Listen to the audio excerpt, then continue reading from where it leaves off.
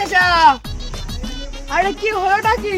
চাচা কেমন আছো, ভালো আছো তো? এতদিন কোনো খোঁজ খবর নয়, আজকে কি হলো খোঁজ খবরটা নিচ্ছ কেন? চাচা তুমি এটা বলতে পারলে? পঞ্চায়েত তোমার প্রত্যেক দিন প্রত্যেক রাত তোমার কথা ভাবে। আমি সবই বুঝতে পারছি তোমরা কিসের জন্য এসেছো।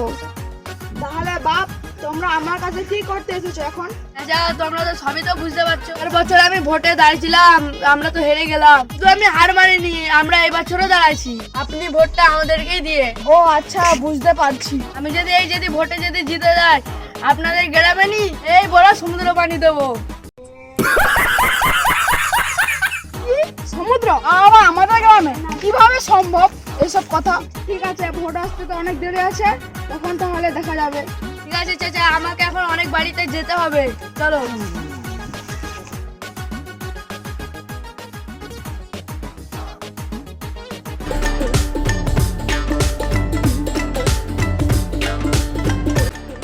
আসসালামু আলাইকুম চাচা, কেমন আছো?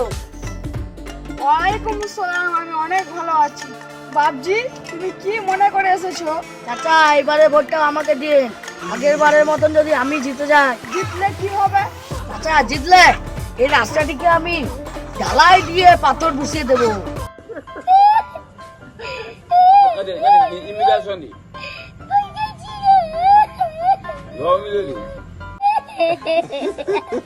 কি এই হাঁটু কাদা রাস্তায় আপনি পাথর পুষে দেবেন?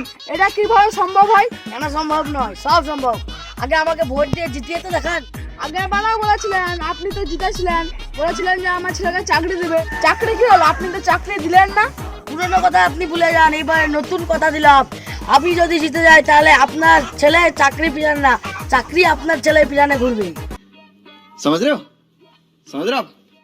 আরে বাবা, তাহলে দেখা যাবে। সকালবেলা আমার মকবুল পঞ্চায়েতে এসেছিল, আমার তো একটাই ভোট, আমি কাকে ভোট দেব? কি আপনি মগরিল পঞ্চায়েতের কথা শুনছেন?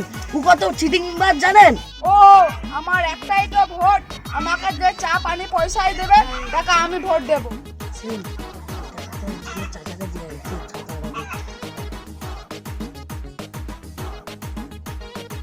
চাচা এই পয়সাটা এমএলএ সাহেব দিয়েছে, আপনি রেখে দিন। ঠিক আছে, তুমি চিন্তাই করো না, আমার ভোটটা তোমাকে দেবো, কনফার্ম কনফার্ম। ঠিক আছে চাচা, ভোটটা আমাদেরকেই দিন, আমরা এখন যাচ্ছি। সকাল সকাল আমার বউনিটাই হয়ে গেল।